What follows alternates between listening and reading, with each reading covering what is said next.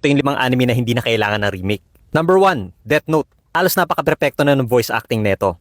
Yung music, yung psychological tension. Mahirap pantayin yung chemistry ni Light at saka ni L. Number 2, Slam Dunk. Kahit luma na yung animation, iconic pa rin yung humor, soundtrack, at nostalgia. Para sa marami, sapat na yung modern na pelikula na the first Slam Dunk. Hindi na natin kailangan ng remake dito. Number 3, Yu Yu Hakusho o Ghost Fighter. Hanggang ngayon tumatak pa rin ang mga laban, soundtrack at mga karakter sa ating mga batang 90s. At saka maraming mga fans na naniniwala na baka mawala yung dating emotion kapag ni-remake to.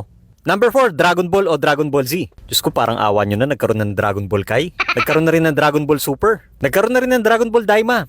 Ano pang remake pa ba gusto ninyo? Tigilan na natin yan. Okay na yan. Actually, simula na lumabas yung Super, pakiramdam ko medyo nagkagulo-gulo na rin yung storya ng Dragon Ball eh. Di bale, gawa natin ang video sa susunod. At yung pinakahuli eh yung Hunter x Hunter o Hunter x Hunter. Ito na naman itong mga tumatawag ng Hunter x Hunter na to eh. Bayaan nyo na kami mga batang 90s na tawagin tong Hunter x Hunter. Alam na namin yun.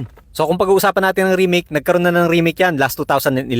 Pambihira naman, patapusin nyo na tong anime na to. So sa lahat ng anime, eto talaga yung hindi na deserve ang remake. Kailangan na neto ending. Hindi lahat ng classic anime kailangan na remake.